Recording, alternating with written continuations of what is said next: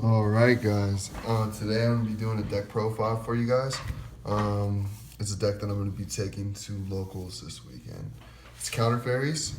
I was looking for something anti-meta, something that should work pretty well when Link Summoning comes out, being that it doesn't rely too heavily on the extra deck. Um, well, without further ado, let me get into it.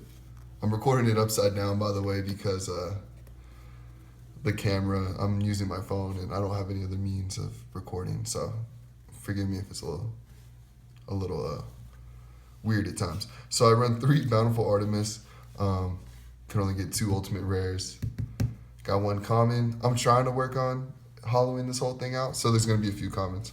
But anyways, main engine of the deck, it's what the deck revolves around. Anytime you activate a counter trap, you draw 1 card. And it's a built-in effect, so it's not like it's gonna get solemn striked or, its effect negated.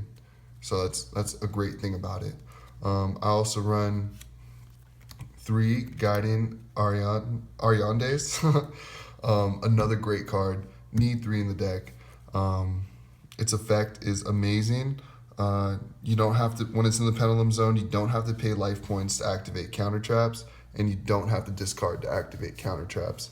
As well as when it's destroyed, you pick 3 counter traps in your deck, reveal them to your opponent, and they have to choose one of those.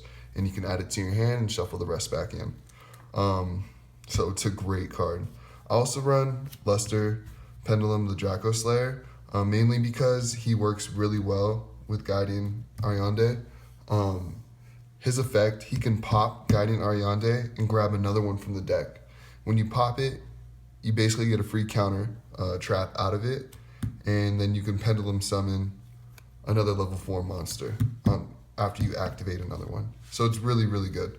I run that for that reason. I also run 3 Barrier Statue of the Heaven. I run it because it's really, really annoying for your opponent. These are all light monsters. They're all fairy level 4. It's great. So this guy's amazing to bring out, and I have a couple ways of keeping him alive on top of all the counter traps that I'll show you in a bit. Next, I run 2 Honest. Definitely awesome. It's a great way to protect your monsters.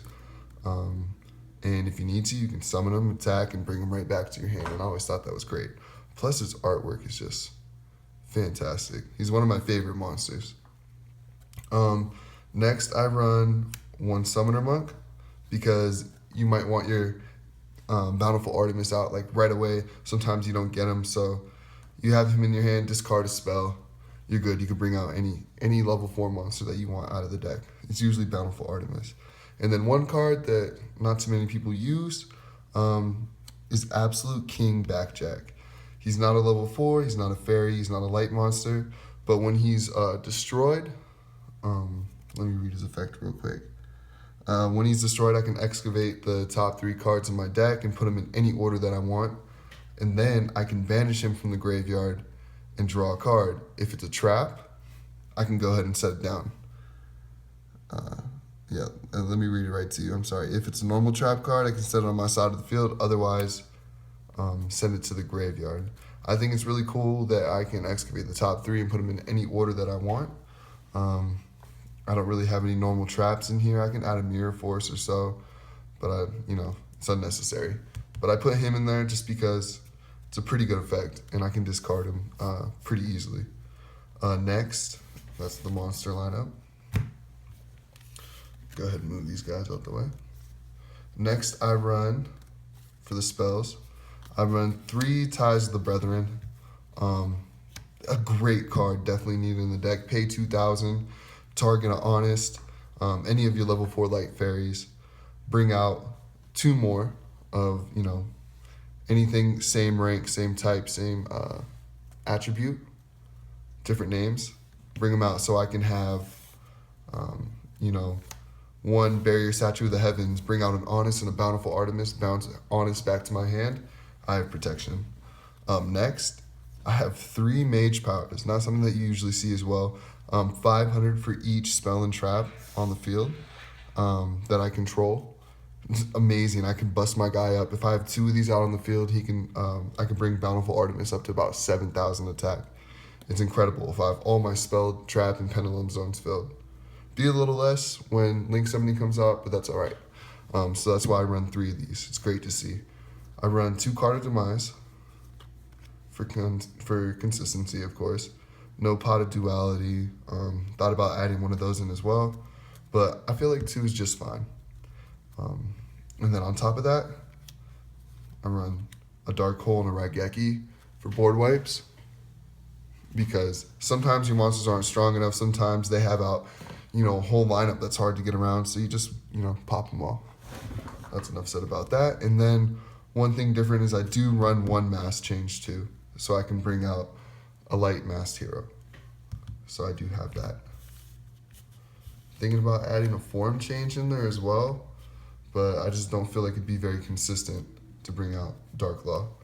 So that's the monster and spells, and then onto the traps. Mostly all counter traps. I run 1 Grand Horn of Heaven, special summon, I'm gonna destroy it and draw a card. 2 wiretaps.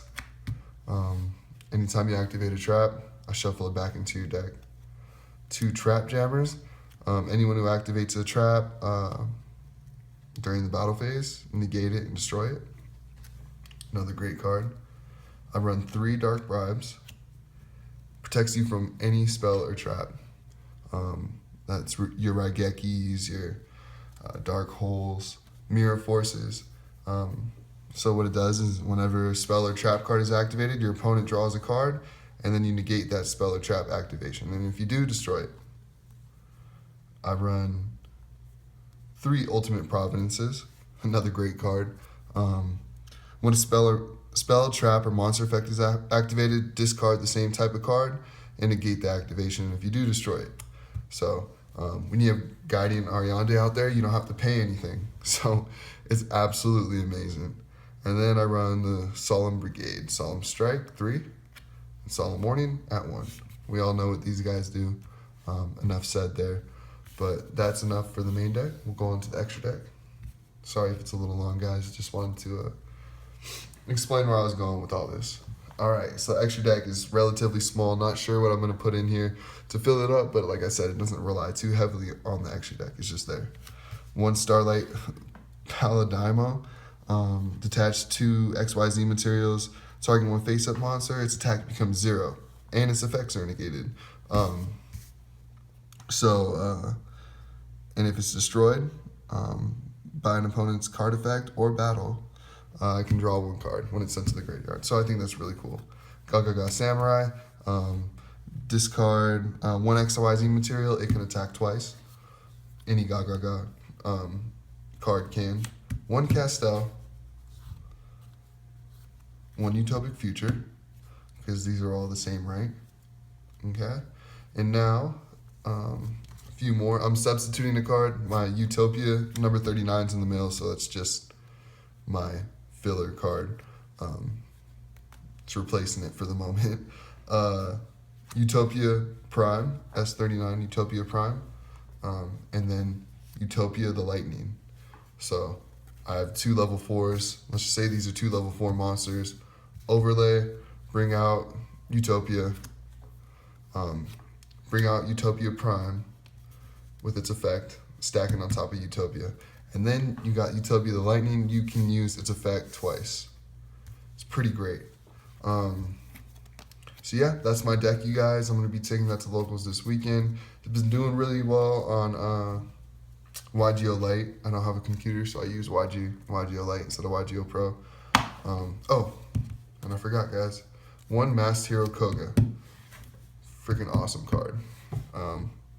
Gains 500 attack for every monster on your opponent's side of the field. I don't run any heroes, so its secondary effect is unnecessary to explain. But I'm going to be taking this to locals this weekend. Hopefully I do well. It's been doing pretty well online, so we'll see how it goes. So wish me luck, guys, and I'll be back with more deck profiles in the future. All right, thank you. Have a good day.